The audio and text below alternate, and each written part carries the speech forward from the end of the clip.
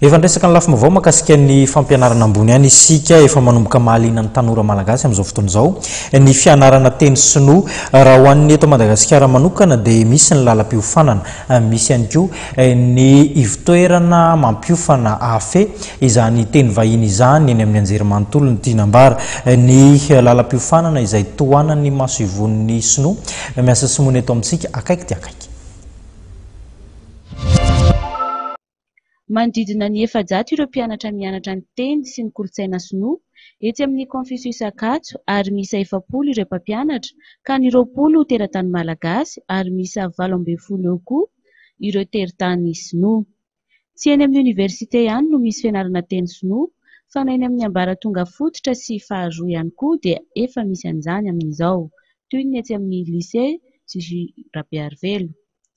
Tsy ny fampianarana teny sinoa ihany no ratoviny eny Akatso fa eo ihany koa ny fianarana ny kolontsaina ary misy ny fifanakalozana kolontsaina eo amin'ny sinoa sy ny malagasy.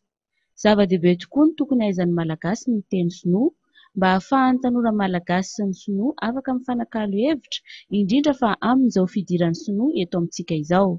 Ny mpampianatra eto amin'ny Institut Confucius ny Université Antananarivo dia fanatsana ny mpampianatra sinoa sy ny mpampianatra malagasy satria ny malagasy miisa 20 dia ny mpampianatra sinoa eo amin'ny 80 eo. Dia ny mpianatra maromaro ihany raha ohatra hoe ny atao amin'ny Université Antananarivo zao dia manala lisansy dia misy efa mahatratra eo amin'ny 700 eo.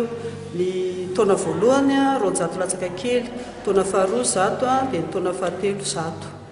Dia izay koa moa araka ilay lazaiko hoe maromaro mpampianatra malagasy, mpampianatra teny sinoa satria ny misy toeram-pampianarana maromaro zany ampianarinay teny sinoa. Site d'enseignement no filaza azy dia misy ny ambaratonga ambony dia misy koa ny any amin'ny lycée Jean-Joseph Robert-Arvelo zao anisan'ny lycée pilote dia efa manokana ny amin'ny lycée Jules Ferry dia ny ankoatran'izay privé.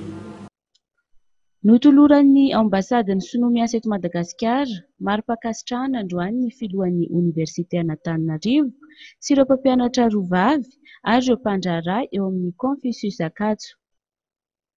Nomena mari-pakasitrahana koa ny mpampianatra roavavy, ny anankiray moa mampianatra amin'ny fampianarana ambaratonga ambony dia ny anankiray mampianatra eny amin'ny sekoly secondaire sy primaire. Dia nomena mari-pakasitrahana koa ny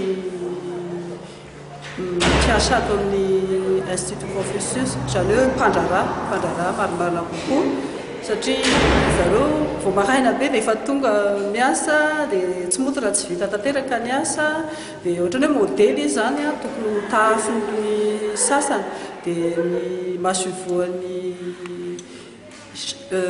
sinetim-bahoaka moa izany firenena sinoa izany no nanolotra ny mari-pakasitrahana. Nanambara ny ambasador'ny sinoa miasa eto Madagasikara nandritra ny lahateniny fa ho amafisina ny fifandraisan'ny sinoa sy ny malagasy mba ahafahana mitondra amin'ny fampandrosoana.